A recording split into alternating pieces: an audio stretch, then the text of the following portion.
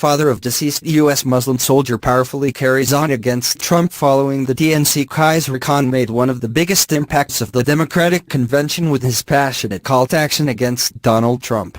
The father of fallen U.S. soldier and Muslim Captain Humayun S.M. Khan struck the Republican nominee for president on his rhetoric, whipping out his own copy of the U.S. Constitution for Trump to borrow.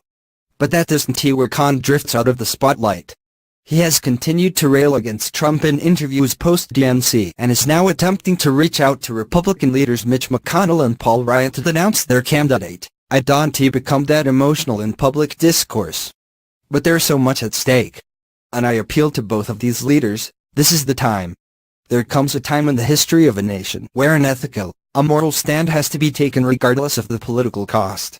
The only reason they were not repudiating his behavior, his threat to our democracy, our decency, our foundation, is just because of political consequences. This point might fall on deaf ears, but Khan is hoping the pair will hear his message despite their political leanings.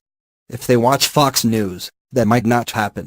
The network passed over Khan's speech at the DNC for prepackaged news. According to Variety, the conservative cabler chose to cut away from the elder Khan's speech in favor of a series of other prepackaged stories. Under a Breaking Tonight graphic, the network aired FBI Director James Comey's press conference on the growing ISIS threat given on Wednesday. Fox didn't find time for the report on the Khans and their son until later, when Fox Business Channel posted video.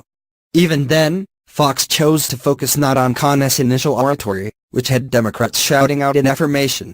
Instead, Fox brought in two other Muslim Trump supporters to offer a rebuttal. One credited Trump for forcing Democrats to address Muslim issues, while the other criticized President Obama for not using the phrase radical Islam. This clearly won't stop Khan from speaking out against the Republican candidate. And he probably shouldn't, considering the weight his words carry.